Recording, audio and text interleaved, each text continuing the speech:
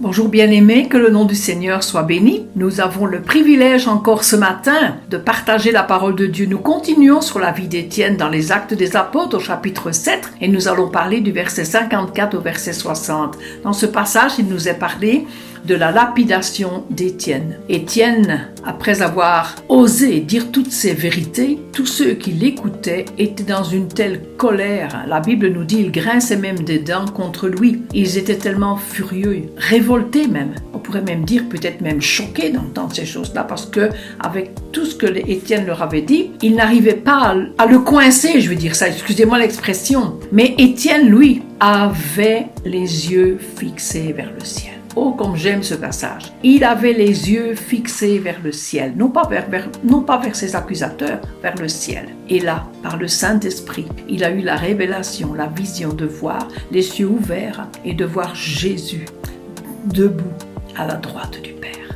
Ce passage est extraordinaire. Il va non seulement se contenter de le voir, mais il va le dire. Il dit, voici je vois les cieux ouverts, oh gloire au Seigneur, et le Fils de Dieu, le Fils de l'homme, à la droite de Dieu, debout. Debout.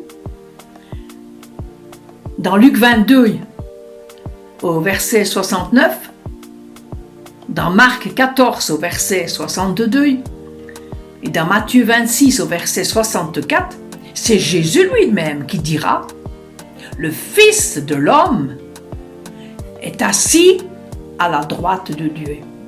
Assis. Mais là, Étienne, il voit Jésus debout. Une version qui dit « debout, il siège ». Et siéger, c'est comme un avocat au tribunal. Il siège. Oh, j'aimerais nous rappeler que Jésus est notre avocat auprès du Père. Il intercède en notre faveur.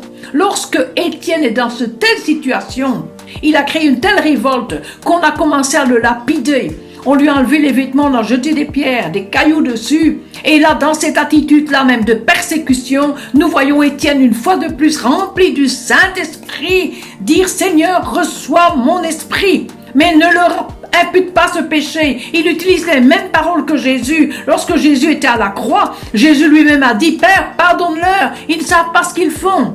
Puis il a dit « Je remets mon esprit entre tes mains ». J'aimerais nous attarder sur Jésus debout, l'avocat auprès du Père. Quand tu es dans une difficulté, que tu passes par une épreuve, que tu te sens faible, oh chers amis, réclamons le Saint-Esprit qui est notre force. C'est lui qui nous donne la capacité de tenir ferme. Mais nous savons que notre Dieu est celui qui est auprès du Père. Jésus, notre avocat, intercède en notre faveur.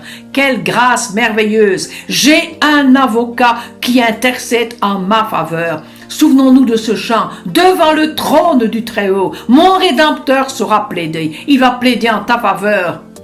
Alors, je t'encourage. Crie à lui.